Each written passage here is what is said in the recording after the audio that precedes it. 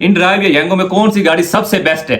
मैं नहीं लेता ऐसी गाड़ी, या मैं मुझसे कोई पूछे तो मैं नहीं कहता कि आपके पास BMW हो, ऑडी हो, कोई भी हो, या आपके पास मेहरान हो 90 मॉडल 1990 मॉडल, उसका फेयर बराबर है। मेहरान यांगो के लिए या इन ड्राइव के लिए मेहरान कैसी है? अच्छा, अब आगे गाड़ी ऑटो होनी चाहिए या गाड़ी मैनुअल होनी चाहिए? अब यहाँ पर एक लोगों का सवाल आता है कि सिंध नंबर को यहाँ पर रोकते तो नहीं है, सिंध नंबर का मसला तो नहीं है। दिल तो मेरा होता है कि 1000 रुपए पर किलोमीटर चार्ज हो जाए, लेकिन 1000 देता कोई नहीं है। पड़ी है 562 रुपए में, और इसको आपने सिर्फ 2 किलोमीटर से पिक करना था। 500 रुपए पर किलोमीटर मिल रहा था, 28 मिनट, ठीक है 28 मिनट में कंप्लीट हो जानी थी। आधे घंटे में मतलब मुझे कितना बच जाना था, तकरीबन 600, 650, 700 बच। 1221 रुपए किराया आ रहा है, 15.7 किलोमीटर 34 मिनट में मैंने मतलब कंप्लीट करनी है आधे घंटे में। इसमें भी आप 800, 850 तो बचत है ही है आपके सामने।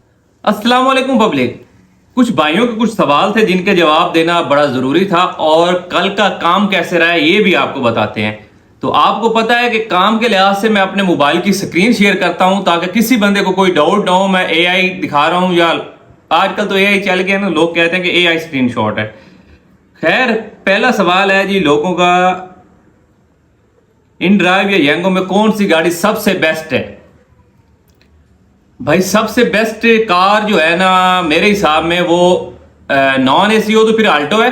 अगर साथ AC की भी राइड उठानी है आपने तो फिर कल्टस सबसे बेस्ट है, क्योंकि आल्टो जो है ना वो नॉन AC तकरीबन दे जाती है, आप लगा लें कि 24-25 तक भी चली जाती है, लेकिन 22-23 एवरेज उसकी नॉर्मल रहती है। और जो AC की बात आप करते हैं तो वो 18-19, और मतलब रोड ठीक हो, एक्सप्रेस वे पे जैसे मैं चलाऊं तो फिर 21-22 पे वो भी चली जाती है। लेकिन ये है कि हमने काउंट करना होता है शहर को भी, रश को भी, और खुली सड़कों को भी। तो उस हिसाब से कल्टस की ये है कि वो अगर आपको 21 दे रही है तो 1 किलोमीटर कम करती है, और ये अगर रश में जाएगी तो 4-5 किलोमीटर इकट्ठा ही उड़ाती है। और गाड़ी लेनी कैसी चाहिए? गाड़ी लेनी चाहिए आपको जी, जो बंदे मुझे कहते हैं कि हमने नई बुक करा ली है, या हम नई ले रहे हैं, या हमने 24 मॉडल ले लिया है, 25 या 26 ले लिया है, मेरी समझ से बाहर है वो। मैं नहीं लेता ऐसी गाड़ी, या मैं मुझसे कोई पूछे तो मैं नहीं कहता कि आप नई गाड़ी ली करें। अब उसका मेन मकसद आपको बताऊं, उसका मेन मकसद है जो ना लेने का, वो ये है कि आप गाड़ी ले ऑलरेडी पेंट, मैकेनिकली गाड़ी फिट हो, गाड़ी रुकनी चाहिए, गाड़ी का इंजन फिट हो, मैकेनिकली मुकम्मल फिट हो, लेकिन गाड़ी कोशिश करें कि पेंट हो। पेंट की ये वजह है कि आपको कोई जाते हुए रिक्शे वाला मार जाता है, मोटरसाइकिल वाला मार जाता है, कभी गली में टर्न करते वक्त हल्की फुल्की लग जाती है, तो गाड़ी की वैल्यू नहीं कम होती, डी वैल्यू नहीं होती। वो ऑलरेडी पेंट है, 2000-2500 लग जाएगा, पेंट हो जाएगी, वही की वही है। मतलब अगर आप नहीं भी करवाते तो जब आप लेते हैं और सेल करते हैं तो उसको मुकम्मल बनवाएंगे तो 20 से 25 हजार रुपए आके आपकी गाड़ी एकदम परफेक्ट बन जाती है। अगर आपकी गाड़ी नहीं होगी तो खैर आपको पता है कि वो कितनी आपकी उसकी वैल्यू डाउन करती है। तो पहली बात का आपको मैंने ये जवाब दे दिया। अब आ जाते हैं अगले सवाल पर। अब अगला सवाल है जी, मेहरान यांगो के लिए या इन ड्राइव के लिए मेहरान कैसी है? मेहरान पे बहुत से लोग काम कर रहे हैं, इन ड्राइव में थोड़ा नहीं काफी ज्यादा फर्क है, क्योंकि उस पे AC और नॉन AC की राइड का तो फर्क है ही है। क्योंकि इन ड्राइव और यांगो की AC और नॉन AC का फर्क लगा लें कि जैसे अगर आपका 700 फेयर आ रहा है तो इन ड्राइव पे AC वाली का 1000 आएगा, लेकिन यांगो पे 100 रुपए का फर्क है, तकरीबन 100 रुपए 150 रुपए के आसपास का फर्क है। और इन ड्राइव पे लोगों के पास पहले गाड़ी जाती है कि आपके पास कौन सी आने वाली है। तो मेहरान को बहुत बंदे कम होते हैं जो एक्सेप्ट करते हैं, या आपको गाड़ी नहीं मिल रही तो वो एक्सेप्ट करते हैं। लेकिन यांगो पर चाहे आपके पास BMW हो, ऑडी हो, कोई भी हो, या आपके पास मेहरान हो 90 मॉडल 1990 मॉडल, उसका फेयर बराबर है, बिल्कुल बराबर किराया है। बस AC में थोड़ा सा फर्क है, मोस्टली राइड्स आती नॉन AC हैं। अच्छा, उसमें थोड़ा सा फर्क है, और वो आप ऐप जो है ना वो आपको बताती ही नहीं है कि गाड़ी कौन सी आनी है। जब आपकी राइड एक्सेप्ट हो जाती है तब पता चलता है कि मेरे पास मेहरान आ रही है या आल्टो आ रही है, और उसको भी राइड करने के बाद बहुत कम लोग देखते हैं कि मेरे पास गाड़ी आने वाली कौन सी है। तब पता चलता है जब वो दरवाजे पे आ जाती है। तो वो ये नहीं करते कि अब आप आगे हैं तो आप चले जाए। कोई 1000 में से एक बंदा, 100 में से भी एक नहीं होता जो कहेगा नहीं जी मैं नहीं जाऊंगा, वरना वो आपके साथ सफर करते हैं। तो यांगो के लिए बेस्ट मेहरान और इन ड्राइव के लिए बेस्ट आल्टो। अब अगले सवाल पे आते हैं, गाड़ी किस तरह की होनी चाहिए या किस कंडीशन में होनी चाहिए, इसका जवाब मैंने आपको ऑलरेडी दे दिया है। अच्छा, अब आगे गाड़ी ऑटो होनी चाहिए या गाड़ी मैनुअल होनी चाहिए। तो इसका जवाब ये है कि गाड़ी आल्टो आप अगर आप लेते हैं या कल्टस लेते हैं तो मैनुअल बेस्ट है। ऑटो गाड़ी से मैनुअल 100 गुना अच्छी है। मैनुअल की एवरेज भी उससे अच्छी है और मैनुअल चलाने में भी मतलब कि आप वो थोड़ा सा तंग करती है, थोड़ा सा करती है, ज्यादा नहीं करती जिस बंदे को आदत हो। लेकिन इसकी एवरेज और बाकी जो सिस्टम सारे हैं ना वो उससे ऑटो से बहुत बेस्ट है इस काम के लिए। खासकर ये है कि जो बंदा थोड़ा सुकून दे माहौल में चलाना चाहता है या कहता है यार थोड़ा कम बच जाए और मैं मतलब थोड़ा सुकून में रहूं, तो उसके लिए मेरे ख्याल में मैंने खुद जो रखी हुई है ना वो मेरे पास आल्टो जो है ना वो मैनुअल है। अच्छा, अब यहाँ पर एक लोगों का सवाल आता है कि सिंध नंबर को यहाँ पर रोकते तो नहीं है, सिंध नंबर का मसला तो नहीं है। भाई मेरी गाड़ी का नंबर सिंध है, मेरी गाड़ी पेंट है, मेरी गाड़ी की जो डी वैल्यू होनी थी वो ऑलरेडी डी वैल्यू है। मेरी गाड़ी में मतलब अब वो अल्लाह ना करे कि टचिंग होती है तो मुझे उसमें फर्क पड़ता है। साफ ज़रा 2000-2500 भी लगेगा तो मुझे ये मिस जाएगा तो फर्क तो पड़ेगा, लेकिन अगर नहीं होती तो तकलीफ होती। तकलीफ नहीं है इसमें। आप किस टाइम निकलते हैं जरा टाइमिंग तफसील से बताएं। अच्छा भाई, मैं निकलता हूं 1 बजे के बाद। मेरा अपना मतलब माइंड है या मैं अपनी वजह से निकलता हूं 1 बजे के बाद। लोग 5 बजे 6 बजे 7 बजे भी सुबह निकल जाते हैं और रात को 1-2 बजे भी आते हैं। मतलब ये नहीं है कि जो 6 बजे निकलेगा वो 1 बजे आएगा, वो 10-11 बजे तक एंड कर देता है। लेकिन अपनी जो टाइमिंग है मेरे भाई, मैं निकलता हूं 1 बजे के बाद, 2 बजे 3 बजे 4 बजे जैसे निकलूं। और मेरा जो है ना वो टारगेट है पेमेंट का कि मैंने इतने कैश बचा के निकल वापस आना है। उसमें मुझे 10, 11 या 12 के बाद मैं नहीं चलाता। ये मेरा एंड टाइम है। अब अगला सवाल आ जाता है जी, आप सिर्फ पिंडी में काम करते हैं या इस्लामाबाद में भी काम करते हैं?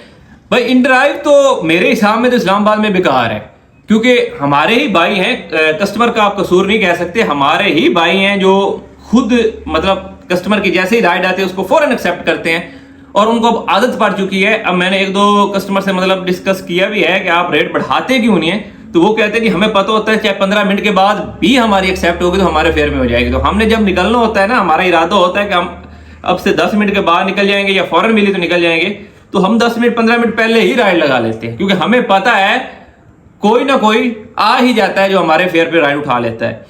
तो ये उनकी आदत हमने बनाई हुई है। मैं करता हूँ सिर्फ पिंडी में काम। अगर येंगो का भी आप कंपेयर करें तो येंगो भी पिंडी में इस्लामाबाद से कई गुना बेस्ट है। पिंडी में जाएं, खुल के काम करें, गाड़ी आपकी ऑलरेडी पेंटेड हो, अल्लाह ना करे कभी लगती है तो उसका थोड़ा रेट कम मतलब कि वो पेंट पे खर्चा हो जाएगा, लेकिन होता नहीं है। आप अपने एहतियात आपने करनी होती है। अगर आप ड्राइवर हैं, आपके पास लाइसेंस है तो एज इट मीन कि आप किसी भी गली से भी निकल सकते हैं और किसी भी रश को फेस कर सकते हैं। तो इस बात का ये जवाब हो गया। अब आते हैं अगली बात पर, आप कितने रुपीज पर किलोमीटर के हिसाब से चार्ज करते हैं? यार दिल तो मेरा होता है कि 1000 रुपए पर किलोमीटर चार्ज हो जाए, लेकिन 1000 देता कोई नहीं है। फिर जितना हाई हो सके कोशिश होती है 70 से लेकर 100 के दरमियान।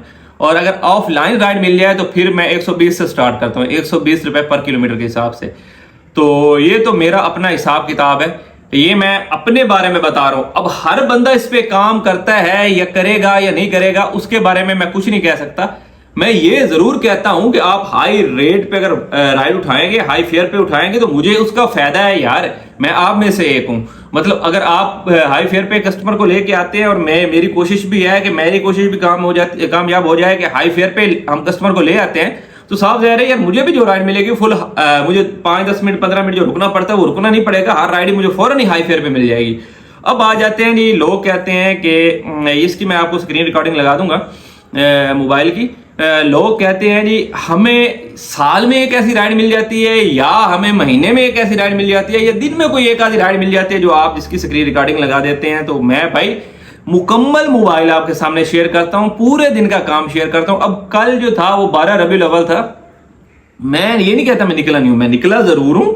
मैंने जब हालात देखे ना कि काम नहीं है तो 1 घंटे के 1.5 घंटे के अंदर मैं वापस आ गया था। उसमें जो बचा मेरा नसीब। मैं अगर आपको बताऊंगा कि इतना बचा तो लोग कहेंगे यार काम तो था नहीं तो इसने कैसे बचा लिया। तो यार नसीब की भी बात होती है और टाइमिंग की भी बात होती है, थोड़ी अकल की भी बात होती है। और ये कुछ स्क्रीन रिकॉर्डिंग्स हैं जो मैं मतलब निकला था राइड, इनमें से मैंने बहुत कम उठाई हैं। वो उसकी वजह सिर्फ ये थी कि राइड जो थी आ रही थी, फेयर बहुत अच्छा था लेकिन पिकअप 5-5 किलोमीटर से आ रही थी। वो वाला मजा नहीं था कि मैं यहाँ पर खड़ा हूं ना तो चलो 2-4 राइड्स के बाद एक राइड ऐसी आ जाए जो मुझे वहीं से मिल जाए। वो वाला मजा नहीं आ रहा था। इसलिए मैं मतलब थोड़ा काम किया और वापस आ गया, क्योंकि मुझे पता चल गया था कि अगर मैं 5 किलोमीटर से उठा के फिर उसको मैंने 10 किलोमीटर छोड़ना है तो वो मेरा 15 किलोमीटर काउंट हो रहा है। तो मैंने कल रेस्ट करना बेहतर समझा। अच्छा, इसमें ना मैं आपको कुछ राइड्स ऐसी हैं जो मैं आपको दिखाना चाह रहा हूं, ताकि आपको मतलब पता चल जाए कि काम वाकई ही है, मैं झूठ नहीं बोलता। अब कल का ही आप देख लें, कल यहाँ पर मैं जब रुका तो माशाल्लाह से पहली राइड मैंने देखी जी, ये राइड पड़ी है 562 रुपए में, और इसको आपने सिर्फ 2 किलोमीटर से पिक करना था, 5 पे छोड़ना था। 5 किलोमीटर आप पिकअप तो आप गिन नहीं ना सकते। मतलब अगर मैं 10 किलोमीटर से जाके पिक करता तो मेरी नाअहली कर लो या मेरी मर्जी कह लो, मैं अपनी मर्जी से जा रहा हूं, उसमें कंपनी का कोई नहीं है। कंपनी आपको दे रही है 5.3 किलोमीटर के 562 रुपए।